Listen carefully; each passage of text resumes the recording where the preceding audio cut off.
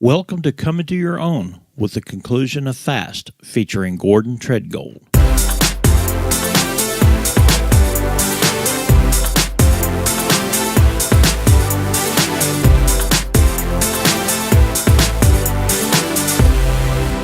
So 3 things we can do to look to improve our focus. The first one is make sure you have a clear picture of what success looks like. And when you're coming up with your goals, you should be using SMART goals: specific, measurable, achievable, relevant, and time-based. And there's a really good benefit to understanding clearly what your goals are, is because if you can write it down, according to the research by Dr. Gail Matthews at Dominican University in California, if you write your goals down, you increase your chance of achieving them by 42%, just by writing it down. And if you share your goal with your teams, your friends, you actually increase your chance of achieving your goal by 78%. Now, you don't increase it to 78%, you achieve it by 78%. So a lot of benefit to doing that. The second thing we need to do is we need to make sure that we keep our priorities to an absolute minimum, our goals and priorities to a minimum. Ideally, no more than 3. When I tell people that, they say, yeah, but I run a multi-million-dollar business. There's no way I can run that with just 3 goals. Well, the company I worked for before I started writing and speaking, we were a $20 billion company, 48,000 staff, and we had 3 goals for the entire company: 14% profit, 6% growth, and 10% earnings per share. And every single person in the company knew what those goals were, and they also knew what their role was in achieving them. Because when we get our focus right, it makes sure that we've got everybody pulling in the same direction and pulling in the right direction. And when you do that, any effort you make gets converted into output, positive results. So we need to make sure that we get our focus correct. The next thing we need to look at is accountability. And accountability is about the who. Who's involved? Do they know they're involved? Do they have the right tools? Do they have the right skills? And are we holding them accountable? And a lot of times when things fail, it's not because of the ability of people, it's because they lacked clarity over their role, or they were given the wrong direction and instruction. You'll see it in football all the time. A wide receiver scores completely unmarked. It's not that the player marking him is a bad player. He's either didn't know what his role was, or he's been given the wrong defensive coverage. It could be he's not a good player, but sometimes it could just be the work that has been communicated to him and his understanding of that. So we need to make sure we have clarity over roles and responsibility. Also, as well, when it comes to accountability, there's a big reluctance to hold people accountable. But we have to do that.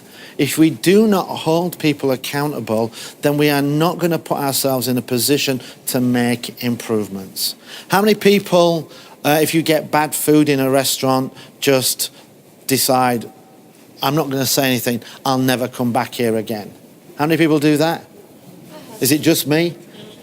Yeah, but when we do that, we don't give the restaurant an opportunity to improve. They don't know that they did something wrong. They might actually think that you were happy and that you'll come back. Because quite often they'll say to me, how was it? I'm going, it's great. And I never come back. So we have to hold people accountable. And when we hold people accountable, we have to do it from the right position. A lot of times when people think about accountability, it's about telling people, you didn't do a good job. What's going wrong? Why isn't this done? That's not accountability. That's not holding people accountable. That's blame. That's punishment. That's pointing the finger. The way we implement accountability is to think of it in terms of, I want to give people support or recognition. If the job's going well, I can say, how's it going? It's going great. Good job. Well done. Keep it up. Or if it's not going well, what can I do to help you? What is it that you're missing? What do you need? Because what you find with a lot of leaders, they get into blame very, very quickly. And why do they get into blame?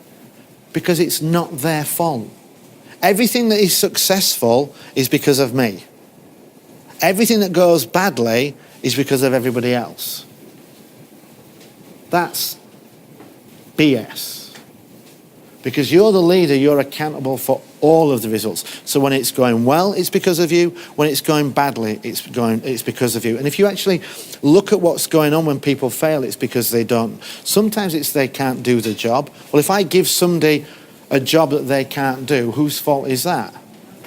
That's my job. If they don't have the tools, whose fault is that? My fault again. If they don't understand what it is they're supposed to do, whose fault is it? It's mine. So when we're looking to implement accountability, we have to do it from that perspective of, I want to give you support or recognition. And when we start to look to improve things, the first thing you're going to notice is, it's like with anything. As soon as you start measuring it, you're not going to be happy with the number. I know that in January, I'm going to get on the bathroom scales and I'm going to be upset with that number. And it's probably the scales that are wrong. I'm convinced it'll be the scales that are wrong. But what we shouldn't do as leaders is we shouldn't make any comment about that number. Because what we want to do is we want people to actually look to make improvement. So you can't start off by criticising. You look at your number and you think, okay, that's where we are. Plenty of room for improvement. Let's go. And then we look to help people, give them the tools, the processes to move forward. And when you do that, what you'll find is people will take accountability and ownership and they will look to improve. Now, in 3 months' time, if we're in exactly the same position and that person had all of the skills, all of the tools, all of the time, all of the ability, all of my support, and we still haven't done it, then it's a different conversation. But I can have that conversation with a clear conscience. I've put them in a position to be successful. They've refused to take it. Now I feel I'm entitled to give them the opportunity to be successful somewhere else. How do you hold people accountable? You have to meet with them regularly and say, where are we? You know, one of the things that I'm, simplicity is one of my big things. So if we've got 4 weeks to do a project, after the first week, I expect us to be 25% of the way through. After 2 weeks, 50% of the way through. So how are we doing? You know, meet them after week 1, where are we? And if the answer is we've done 30%, good job, well done. If it's we've done 20%, is there anything you need from me? What can we do to get back on track? Maybe the approach we're taking is wrong. But if after 3 weeks, we're still at 0, and they've got everything they need, then they just don't want to be successful. And then we need to look at moving them on. I've been in business for 30 years. Anyone want to guess how many people I've fired? I've fired 2 people. Because when you put people into a position where they're going to be successful, most people will take that opportunity with both hands and they will look to be successful. 2 people chose not to do that, and I chose not to have them as part of my team. I want to win. If you don't want to win, if you're not prepared to put the effort in, especially when, if we throw the ball to you and you're up and you go, oh, you're off the team. Now, what I can tell you, I'll come to you in a second. What I can tell you is I've fired 2 people. I've had 100, maybe more, that have come to me and said, you know what? I'm not up to this. I think I need to leave. Okay. We put you in a position where you were successful and people see that they're being held accountable and they don't want to come to a meeting where they're going to say to you, oh, by the way, we've made no progress again. This is 11 weeks in a row where we've made no progress. People don't want to do that. It's bad for their self-esteem. So we have to hold them accountable and we have to offer that support. And as I say, hundreds of people that have worked for me have decided that they were just not up to it and they needed to leave. And I've always been very supportive of them in doing that. What can I do to you? Is there anything I can do to help you be more successful in your role somewhere else? And when you take that approach, teams appreciate it. It helps them become engaged. We have to help people be accountable. Do you know how you make people be accountable? You cannot make people accountable. You cannot delegate accountability. It doesn't work like that. Accountability is something that we have to accept. I interviewed a gentleman for a job, a friend of, and we'd had a telephone interview with him in Canada. I was working in Prague in the Czech Republic. HR, I'd had an interview with him over the telephone. He got through that. From Canada, we paid him to come to Prague. He was interviewed by 2 colleagues. He got through that, and then me and a friend, we had to interview him. And I'm a friendly person, so I thought, what I'll do is I'll just throw one up and let him hit this right out of the stadium. I said, tell me about a success you've had. And he said, well, Gordon, I've been working in IT for 17 years, and I've not had any. And I was hoping that I might have some at your company. Well, me and the friend are looking and going, this is an hour-long interview. I don't know what else I can ask him. If you can't tell me a single success. So I said to him, tell me about your strengths and weaknesses. And he said, well, one of my weaknesses is I often find myself outside my boss's office shouting at him with a crowd building. It's like, okay, where's the button for security? We didn't offer that person a job. So sometimes one of the things in interviews, does anybody know what the best tool in an interview is? Silence. Listen. When you listen and you give people the opportunity to talk, they will go to the closest hardware store, they will buy a shovel, and they will start digging. And when you talk, you interrupt that digging. And you need to know how far down they're going to go. And and if you're thinking, hang on, sorry, you did what? Don't do that. Just listen. People, nature abhors a vacuum. And in an interview, create that vacuum and let the person you're interviewing fill it. And more often than not, they will tell you things about themselves that when they get out of that interview, they will wish they'd never said. So accountability, how do we make people accountable? The answer is we can't. Accountability is something that as individuals, we have to take. So how do we help them take accountability? Very simple process. You ask them, is there anything that you need from me? Do you have everything you need to be successful? Do you have all the time you need? Do you have the skills that you need? Do you have the tools that you need? And when they say, yes, I have everything, they have accepted accountability. So it's as simple as that. Do you have everything you need? And if they say no, then then the next question is, what is it that you need? And if the answer to that, if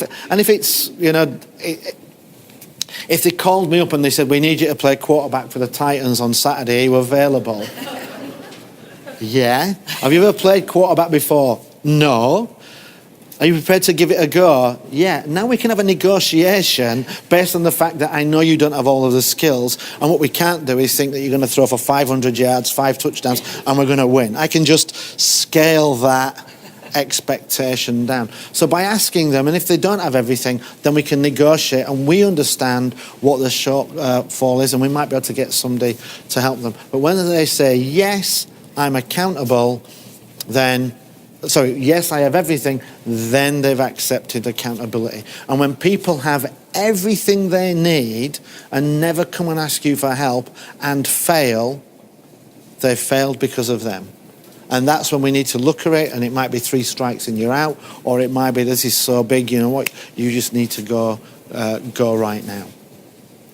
Does anybody know about the 1626 Swedish naval disaster? King Gustav of Sweden were a big naval power. He decided that he wanted to build a ship that would represent Sweden's naval prowess. And he got the shipbuilder and he said, I want you to build the biggest and best ship we've ever seen. So the shipbuilder said, yep, get right to it. And he designed the ship, and then he brought it back and he showed the king, and then the king said, how many cannons does it have? And he said, well, it has 48 cannons. And he said, I don't want 48, I want 72 cannons. And the shipbuilder said, well, we've kind of designed it. with 48 in mind. And the king said, I think you're forgetting that I'm the king.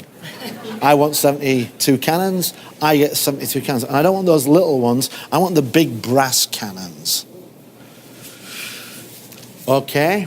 And then he said, they went away and they made some modifications, put the cannons in, and then they came back and they showed it to the king, and he said, it's not beautiful enough. It's fearsome because it's got the 72 cannons. I want this to be the most beautiful. So what I want you to do is I want you to put a lot of wooden statues around the top.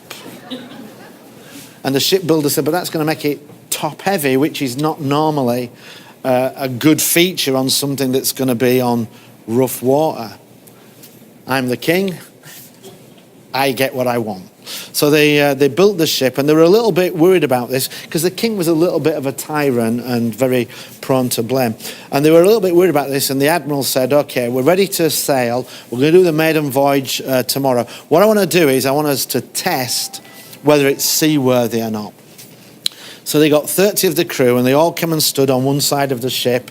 And they said, what we're going to do is we're going to run from this side to the other and back, and we'll see how it'll do. So they ran across the ship, and they came round, and they ran back, and the admiral said, stop. I think it's going to sink. It's too top heavy. It had been designed for 48 cannons. It's got 72 that are bigger than the original design, and it's got all these statues on top. But the problem was the king was such a tyrant, nobody wanted to go tell him. Nobody was prepared to tell him because they knew they were going to get blamed. And they took it out on its maiden voyage. Within the first mile, there was a slight breeze, and they invented the first 72-gun submarine. 28 of the crew drowned on that ship, and they actually pulled it up 200 years later. But this is what happens when you take that blame approach. Your teams don't want to tell you anything. You know, they would rather fail sometimes. And I mean, this is quite, I suspect they didn't realize they were going to drown. But this is what can happen when you have a blame situation. Your teams won't tell you because they're afraid of you. And we need to take an accountability. Blame is the opposite of accountability, and we need to be more accountable. And there's 3 things that we can do to increase our accountability. Number 1 is we have clarity of roles and responsibilities. We have to let people know what it is they want to do and what we expect of them in that role. Second thing we need to do is we need to hold people accountable for outcomes. Not following process, for outcomes. How many people care whether the Titans win running or passing the football? Just win. I don't care. You can run every play if you win. I don't care. So we have to hold people accountable for outcomes, not following process. Because when we hold them accountable for following a process and they fail, whose fault is it? It's our fault, or even worse, it's the process's fault. So we have to hold people accountable for outcomes. And I worked in Germany for a number of years, and I've got a couple of stories about outcomes and blame from Germany. And one of them was, this was summer, it was June, we had 5 days of torrential rain. We had about 4 inches of rain every day. 6th day, 90 degrees. Beautiful blue sky. I'm driving to work, and I see a guy from Parks and Recreation. He stood in 9 inches of water, watering plants that are stood in 9 inches of water. And I'm thinking, what the hell is going on here? This is crazy. So I went into the office and I called my team and I said, guys, tell me. And they were like, don't ask us. Don't ask us. And I said, come on, I'm not going to get mad or anything because it's not like they work for me. I'm just interested. I said, what's going on? He said, the rule in Germany is if it's 90 degrees, you have to water the plants. So but these plants are in 9 inches of standing water. If these plants can't swim, they're going to drown. And we're giving them more water. And they said, but that's the process. So that guy's gone home thinking he's doing a good job, and what he's done is drowned the plants. If you let him be accountable for outcome, then he's going to think, you know what? I'll take the day off, I'll sit by the beach, the plants will be fine, everything will be good. So we have to hold people accountable for outcomes, not for following process. And the other thing about outcome is if you have a clear result that's binary, we succeeded or we didn't, it's a lot easier to actually hold them accountable for the result. Did you follow the process isn't really result orientated. It's just a question of what did you do rather than what you achieved. And then lastly, what we need to do is we need to be accountable. Leadership defines culture, and if we want our teams to be accountable, we need to be accountable. And when we're accountable, even if you don't have any staff, even if you're running a solopreneur business, what you will find is that if you pay your suppliers on time, they will deliver on time. If you pay your suppliers late, they might not deliver at all. So the more accountable we can be, and accountability allows us to fix things. When we blame, we're saying, this is your problem, I can't do anything with it. When we take accountability, we're actually saying, you know what, I think I can fix this. So we have to be accountable. And again, we're in Germantown, another story from Germany. I've had a shot at the French, so I feel okay ridiculing the Germans just a little bit. Two German companies, Deutsche Bahn, which is the railway company, and Lufthansa, both of them had terrible on-time performance records. So the Deutsche Bahn fired their CEO. They said, this is not good enough, you're fired. So Deutsche Bahn clearly saw it was the CEO's job to get the trains coming in on time. And what I like about that is that's a very clear message to the next CEO coming in. You're the CEO, you're accountable, you need to fix this. Lufthansa decided that they weren't going to fire the CEO, and the CEO decided that he would take action. What do you think the CEO did in order to improve on-time delivery? He decided in his finite wisdom that he would write a letter to every single Lufthansa customer and say, please turn up on time, you are delaying our aeroplanes. Now, how do you think that got solved? Not one little bit. Because the customers can't fix it. It's not the customer's fault. If they turn up late, fly off without them. You know, take some ownership. So we need to take ownership and accountability. It starts with us, and when we do that, we will be the role model. So 3 things to improve our accountability. Make sure we have clarity of roles and responsibility. Hold people accountable for outcomes, and the outcomes have to be clear and measurable. And then lastly, be accountable. And when we're aiming at the right target, and we've got the right people with the right skills involved, this is going to boost our effectiveness. And this is what's going to get us moving forward towards our goal. So fast has become my passion, and I am really interested in it. But as soon as you start reading and studying failure, and you find the things that people do, I mean, it's just a rich tapestry. I'll give you another example of failure. I'm not sure this is my favorite one, because there's thousands of them. After 9/11, they were not happy with the helicopters that were used to evacuate the president to safety. And they awarded a contract for $6 billion to a company to make the new helicopter. And when that project was up at $13 billion, and it was started by Bush just after 9/11, and it was cancelled by Barack Obama, and not one helicopter had been delivered, what do you think was the problem that caused this to happen? So we want some helicopters, and we award a company $6 billion to do the helicopters. And after $13 billion spent and not one helicopter delivered, we cancelled the project. What do you think was the issue? Now, don't forget, Lufthansa wrote to the customers and said, it's your fault. This is equally as entertaining. The faucet in your bathroom is leaking and you need to hire somebody to fix it. What's one of the things that you do? Why would you call a plumber? Because he knows how to fix the leak. The US government gave a $6 billion contract to make better helicopters to a company that had never made a single helicopter. And guess what happened? It turned out to be more difficult than they thought.